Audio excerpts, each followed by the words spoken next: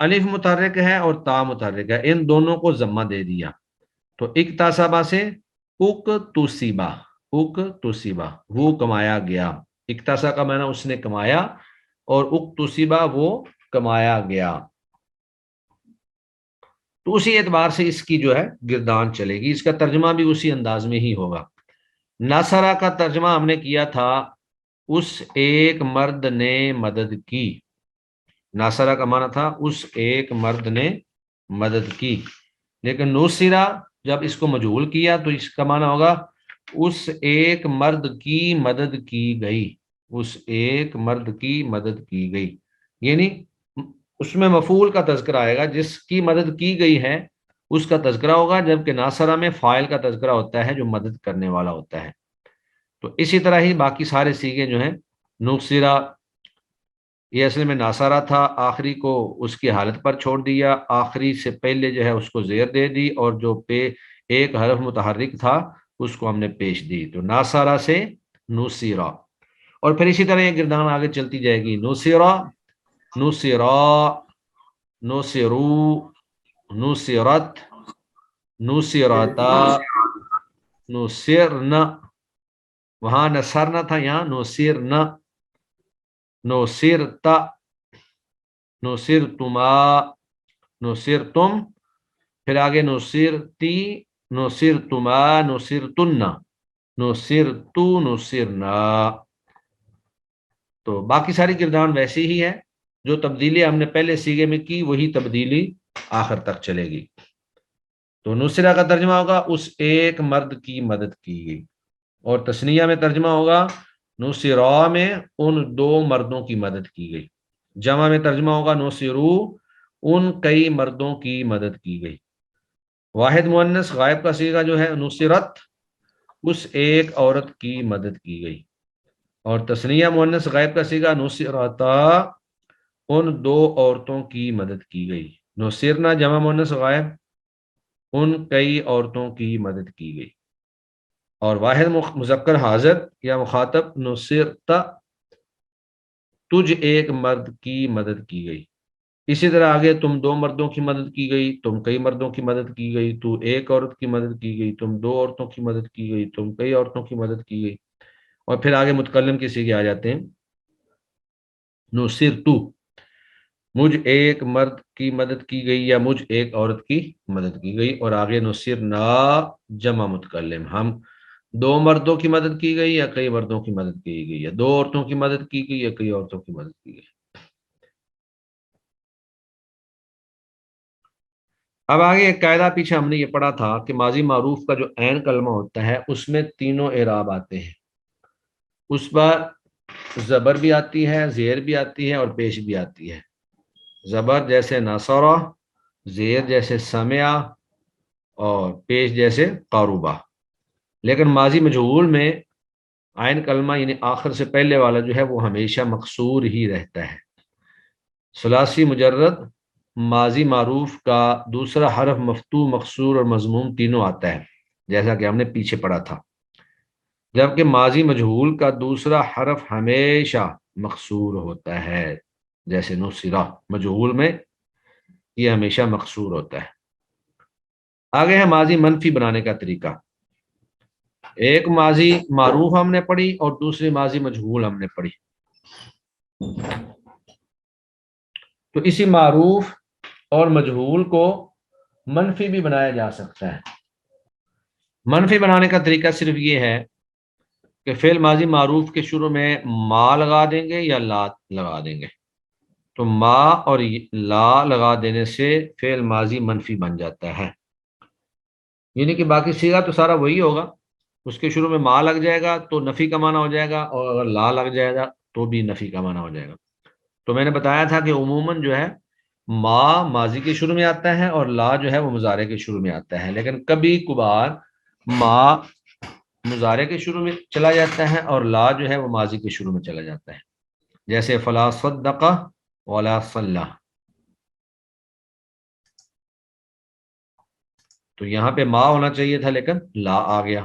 اسی طرح وما یشعرون فعل مضارع پہ ما آ گیا، تو یہ دونوں حروف جو ہیں ما اور لا یہ دونوں نفی کے لیے آتے ہیں، تو ان کی وجہ سے فعل ماضی مثبت کے صیغوں میں کوئی لفظی تبدیلی نہیں ہوتی، صرف نفی کا معنی پیدا ہو جاتا ہے۔ جیسے ما نصرہ، نصرہ کا معنی تھا اس ایک مرد نے مدد کی، تو جب یہ ما اس کے شروع میں لگ جائے گا تو یہ بن جائے گا اس ایک مرد نے مدد نہیں کی، ما نصرہ اس نے مدد نہیں کی۔ اس طرح فتح اس نے کھولا، تو ما فتح اس نے نہیں کھولا،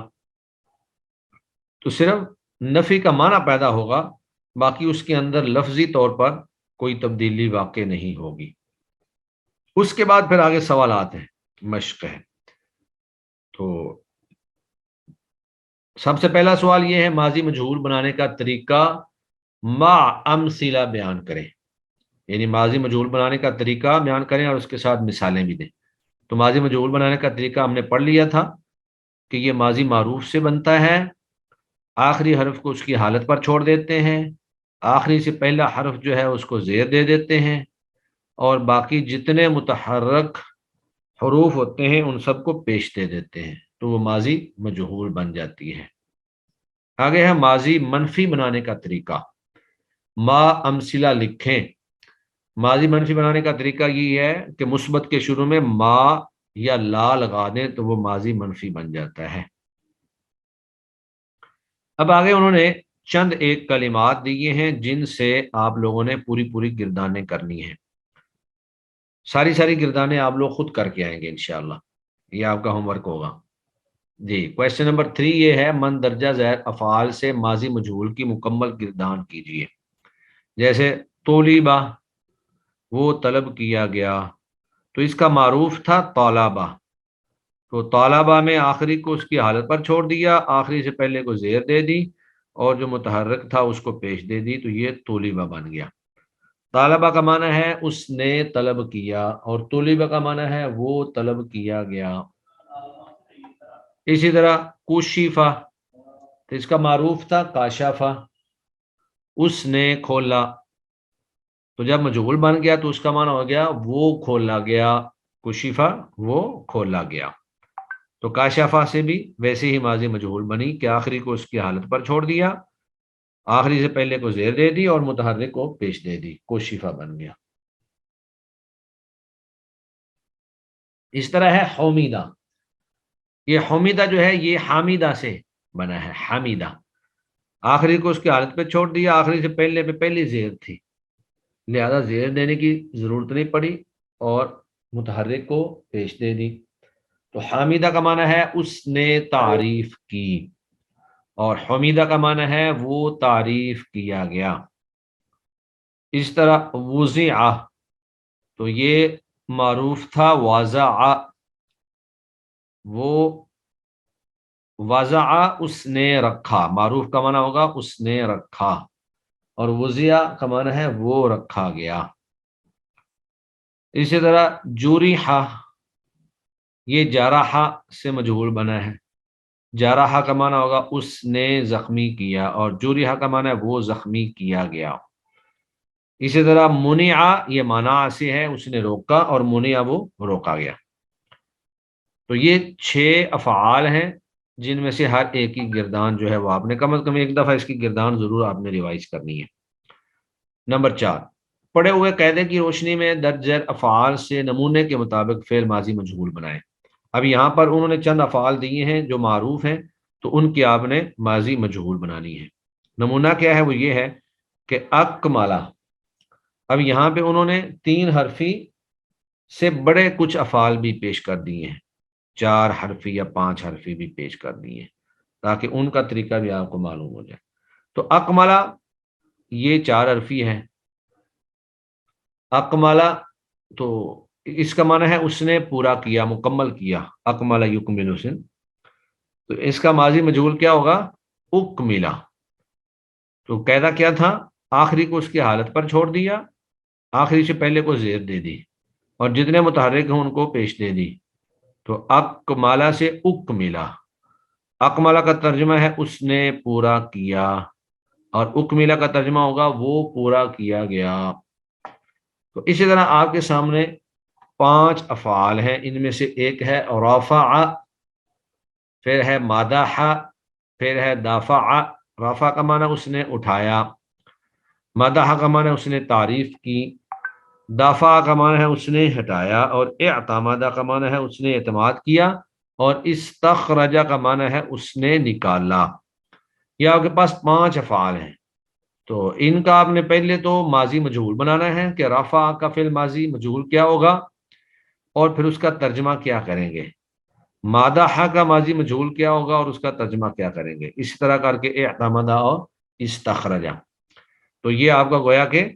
ایک تو اوپر والے 6 افعال، طلبہ، کشفہ، حمیدہ، وضع، جرحہ اور منع، ان 6 کی گردانیں، اور اس کے بعد یہ جو 5 ہیں ان کا فعل ماضی مجہول بنانا ہے۔ جی ہمارا لیسن تو کمپلیٹ ہو گیا ہے۔ چلیں جی، سبحانک اللہم و بحمدک، اشہد ان لا الہ الا انت، استغفرک و اتوب الیک۔ السلام علیکم ورحمۃ اللہ وبرکاتہ۔